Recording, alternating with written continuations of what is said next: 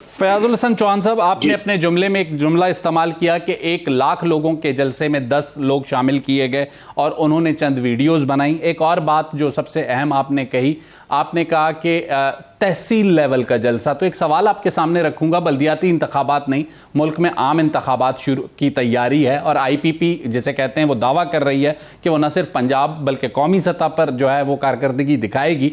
तो फिर तहसील से जलसे का ऐलान और तहसील का इंतखाब ही क्यों? और आपके ख्याल में क्या 1 लाख लोग थे? क्योंकि आजाद जराए का कहना है 10 से 15 हज़ार थे।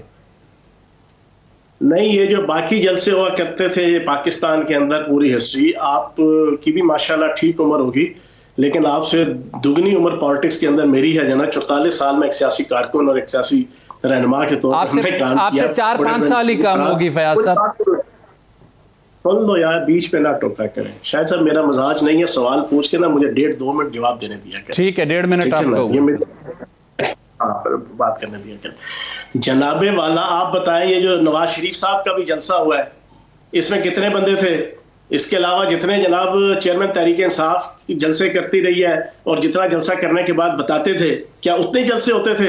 हम तो जनाब ऑर्गेनाइजर थे उनके जलसों के। हमें पता है कि कितनी कुर्सियां लगती थी, हमें पता है कि जनाब परेड ग्राउंड में कितनी कुर्सियां लगती थी, हमें पता है मीनार पाकिस्तान में कितनी कुर्सियां लगती थी, हमें पता है जो 72 जलसे किए गए तहरीक फसाद फिल अर्ज के अंदर, उसमें कितनी कितनी कुर्सियां लगा करती थी और कितने कितने फुट के। और ये छोड़े इन चीजों को, असल चीज ये है कि अल्लाह पाक के करम से हमारी नीयत नेक है। हम एक फसादी सियासत छोड़ के पाकिस्तान की तामीर, तरक्की और इस्तेहकाम की सियासत करने चले हैं। हम पाकिस्तान के अंदर पोलराइजेशन की सियासत को खत्म करके हम एक मुस्बत सियासत की तरफ लेके चले हैं और उसकी हमने बुनियाद रखी है। हर आने वाला वक्त इंशाल्लाह उसको ऊपर की तरफ लेके जाएगा, IPP को, और बेहतरी आपको नजर आएगी। फयाज साहब, आपने बात की कि परेड ग्राउंड में कितनी कुर्सियां लगती थी, 72 जलसों में कितनी कुर्सियां लगी, आपको ये चीजें पता थी। सिर्फ एक सादा सा सवाल और 30 सेकंड्स में चाहूंगा कि रिस्पॉन्ड करें। कल जहानिया में कितनी कुर्सियां लगवाई थी? कोई एडमिनिस्ट्रेशन से या जो जलसे के मुंतजमीन है उनसे आपका राब्ता था? यार बात सुनो शायद साहब, आप माशाल्लाह कह रहे हो कि आप बड़े सीनियर जर्नलिस्ट हैं, तो सवाल कम से कम कोई अच्छा आला लेवल का पूछे। छोड़े इन कुर्सियों को जना। अच्छा ठीक है, आपने कुर्सियों का जिक्र किया फयाज साहब। नहीं, आपने सवाल पूछा ना, इतने लाख थे तो इतने थे फलां, मैंने उसका जवाब दिया। छोड़े लो लेवल की जनाब आप। अच्छा चले, आपके मंशूर पे आ जाते हैं। आपने बात की नए पाकिस्तान की। क्यों अवाम आपके इस नारे को एक्सेप्ट करें या बाय करें? आपने यही नारा 2018 में लगाया था नए पाकिस्तान का और उसमें आप नाकाम रहे बुरी तरीके से। तो 2023 में क्यों पाकिस्तान की अवाम आप पे एतबार करे कि आप नया पाकिस्तान बनाएंगे? क्योंकि जो जुमला मेरे सामने है उसमें वाज़ेह तौर पे ये कहा गया है कि नया पाकिस्तान हम बनाएंगे। आप तसल्ली से जवाब सुन लीजिएगा।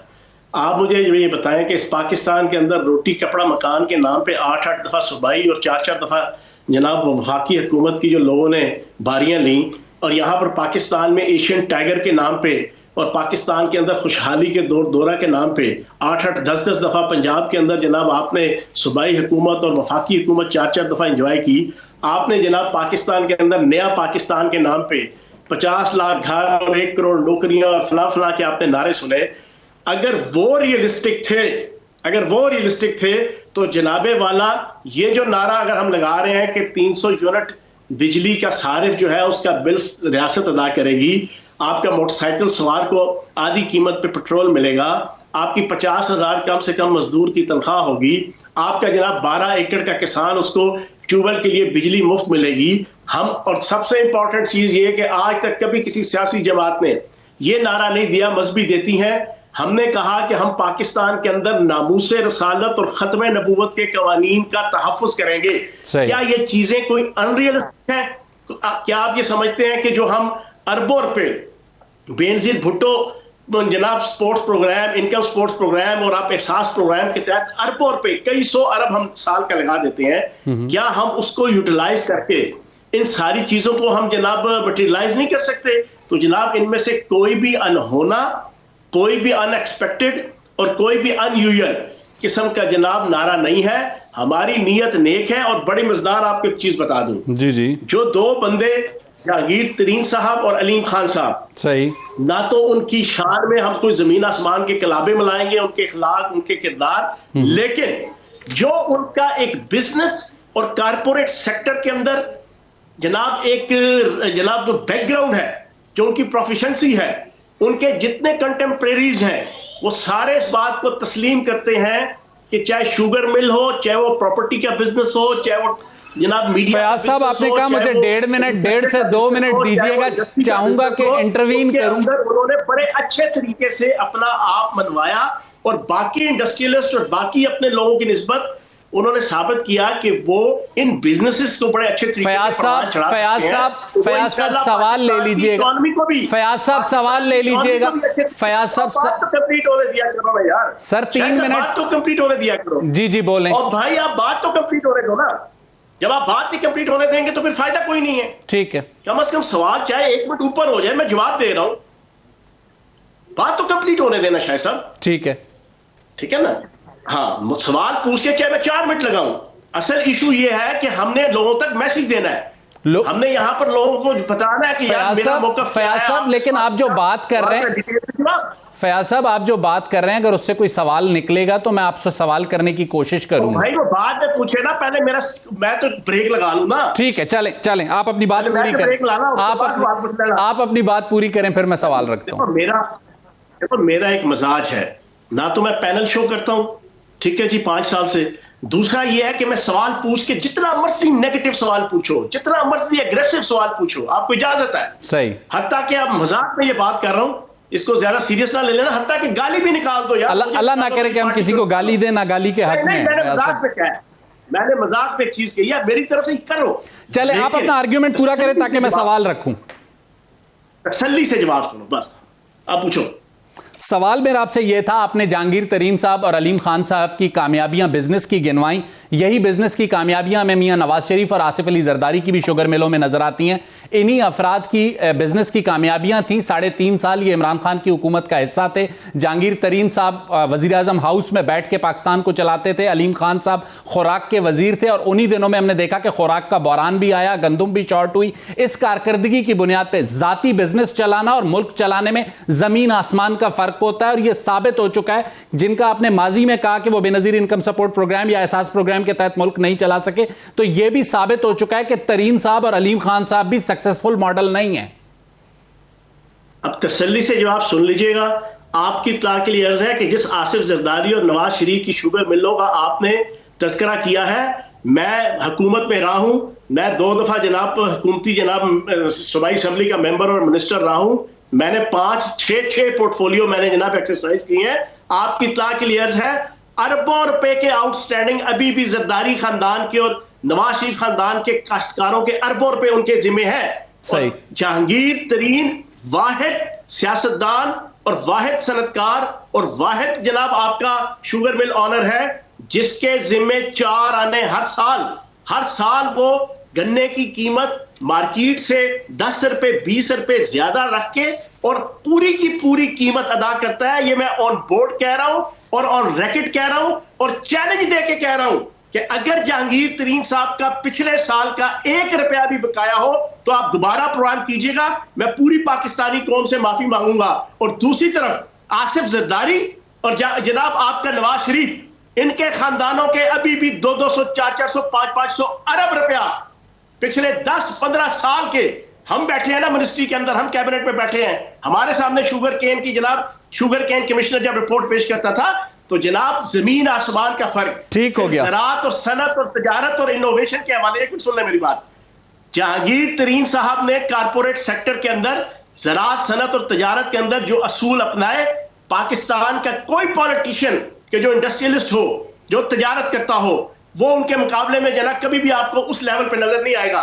फिर दूसरी चीज, आपने अलीम खान की बात की।